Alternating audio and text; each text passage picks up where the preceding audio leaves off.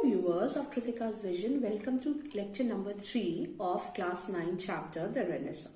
So again we are continuing with the causes of Renaissance. So the third cause was impact of Crusades. Yes, Crusades, the same holy war that was fought between Christians and the Muslims between 1096 to roughly 1285. As an outcome, the Western scholars came in contact with the East. Many scholars from the West went to the University of East, such as Cairo, Kufa, and Cantona.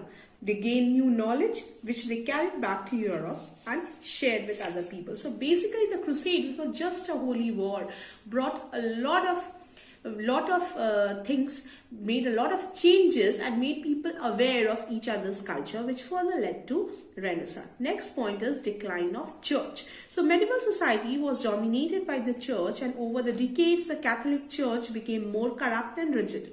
However, the power of the church was challenged by a few monarchs. The conflict between King Philip IV of France and Pope was a serious blow to the power and prestige of the church. Gradually, even the common man, they lost their faith in the church, and the increase in rituals and practices led to the extortion of money from common people.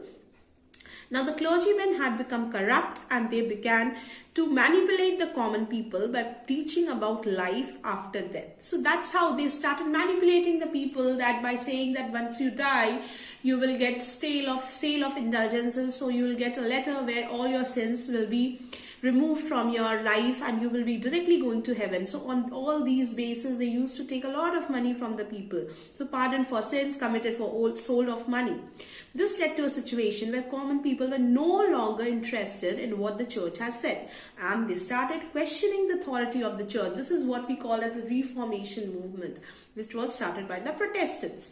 Yes. And the next reason was new trade routes. So as we said, that Ottoman Turks, they captured Constantinople in 1453, and thereby there were routes between India and China were shut down. Now these routes were very valuable as they led to influx of expensive products such as spices and silk.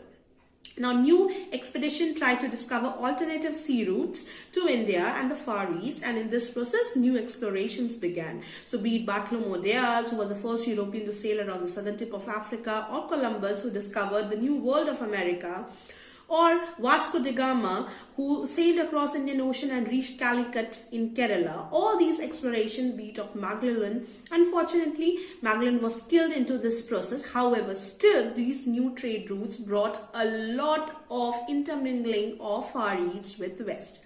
This further led to the intermingling of culture. So that's all for today's lecture.